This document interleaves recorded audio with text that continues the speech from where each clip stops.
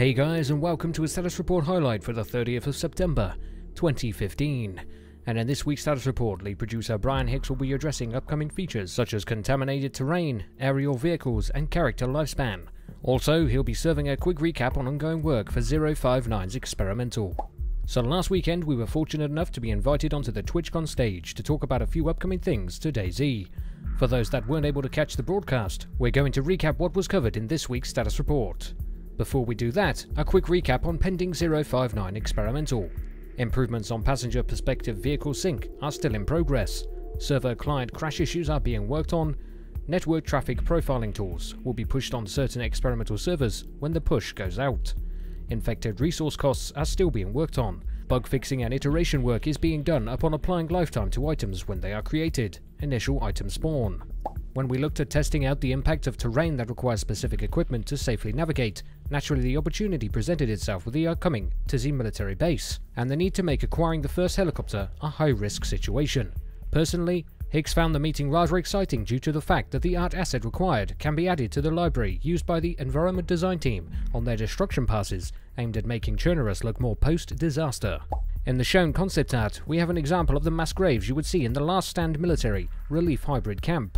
With the base, we're hoping to have new civilian agency hospital tents, barricades and general signs of the last stand of the UN and CDF forces as they try to hold off their pending death.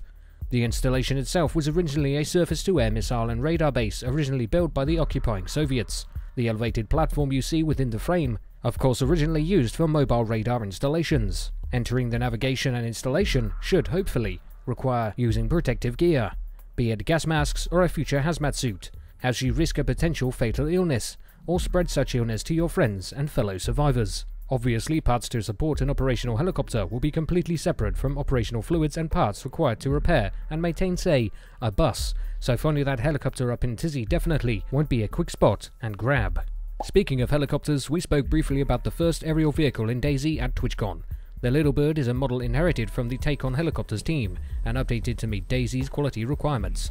The video shown on screen now is very rough implementation, purely keyboard controls. Because Hicks is just that good, we'll be expanding the aerial vehicles past the Little Bird, of course.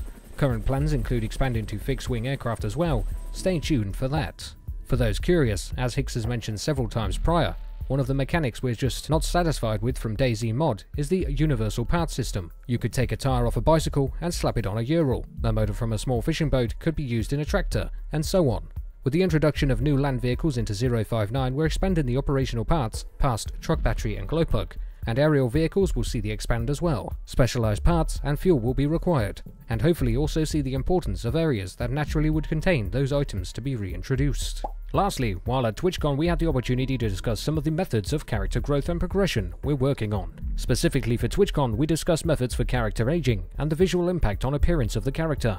Obviously females won't be growing beards, and we discussed briefly how this effect can be expanded past just facial hair and into scars and dirty faces. The principal idea being allowing people to opt out of the system and pose as someone freshly spawned. However, for those who want to go for the grizzled look, facial hair, blood, dirt and grime can all give the appearance of a character who has seen it all.